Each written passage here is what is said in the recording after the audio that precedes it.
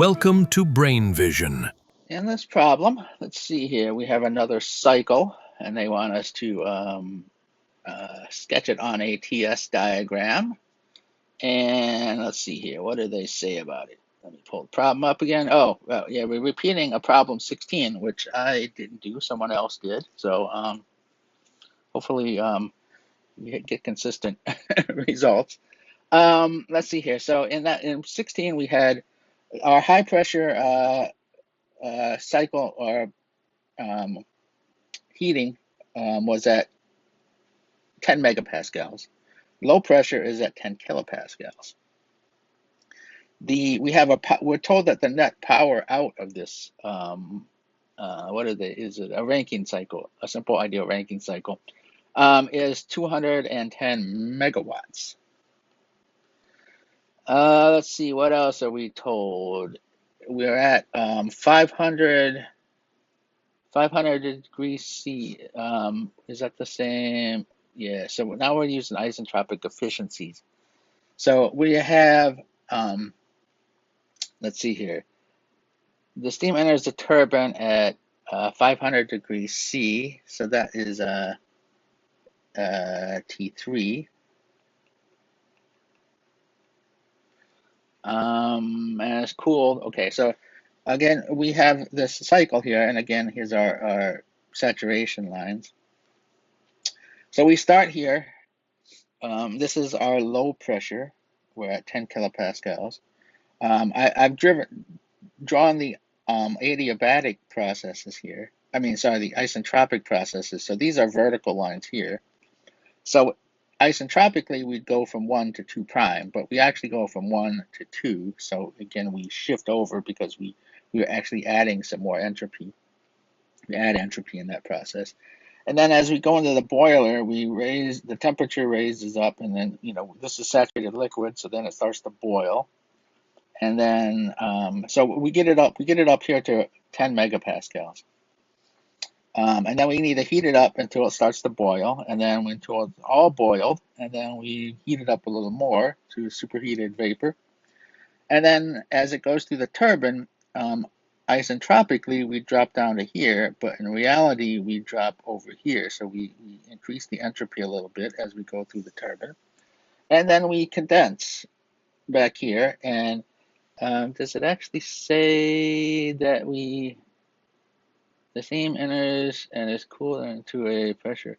I assume that we're on the at saturated liquid there. I'm not sure why I put that point there. It's cooled in a condenser at a. Not sure. I'm not sure if I actually assumed that we were at saturated liquid there, or I just happened to draw that point very close to there. It's not going to make a whole lot of difference because at 10, this 10 kilopascal line basically follows this very closely. So, whether we're going to be very close to here. So anyway, let's see here. What do we have? Yeah, I did assume that we were on the boundary here. I'm not sure where it actually says that in the problem, how I extracted that. And it's cooled in the condenser at a pressure. Oh, it's an ideal Rankine cycle. Okay, so yeah. Okay, so this is at the boundary here. So we know the pressure and the quality factor. So again, we can get this is the saturation enthalpy of saturation for the fluid and the per specific enthalpy and specific volume. We're told in this problem that the isentropic efficiencies are both 85%, which was different than in the previous problem 5. So whoever did the previous problem did the easy one and then left the hard one to me. Anyway, we can figure out what the work in is, because we know that during working the pump in anyway, because basically the volume's not really changing. It's saturated liquid. pretty much incompressible. So we know the pressure difference, and then we know the efficiency. So the work that we put into the fluid at the pump is 11.87. 11.87. Where is that? Yeah, kilojoules. Oh, so this is specific work, so it's because we have specific volume here. So 11.87 kilojoules per kilogram. Now, we know from conservation of energy on our pump that H2 must equal H1 plus the work that we put into the fluid, into the water, and that winds up being 203.68 kilojoules per kilogram. Okay, so now we got H2. Now we know we know T3 and we know P3, so we can get H3 and S3. We know P4, and we don't know any other property here, but we know the adiabatic or the isentropic efficiency, thermal efficiency of the turbine. So if we get to here, then we can get to here. So what we're going to do is we're going to use the fact that we have isentropic process here to say S4 prime is S3. And so we know P4 prime, and that means that we can figure out the quality factor is about 79%, and the enthalpy there is about 2089.7 kilojoules per kilogram. Now that we know the efficiency, and we know the relationship between the enthalpy change and the efficiency, we know everything in this equation, but except for H4. And so we can get H4 is 2,282.5 kilojoules per kilogram.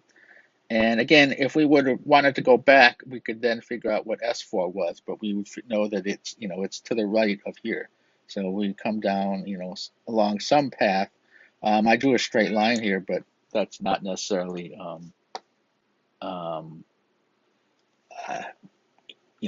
accurate as it goes through the turbine. We just know we start here and we end here. Somehow we got there. Now, let's see here, P4.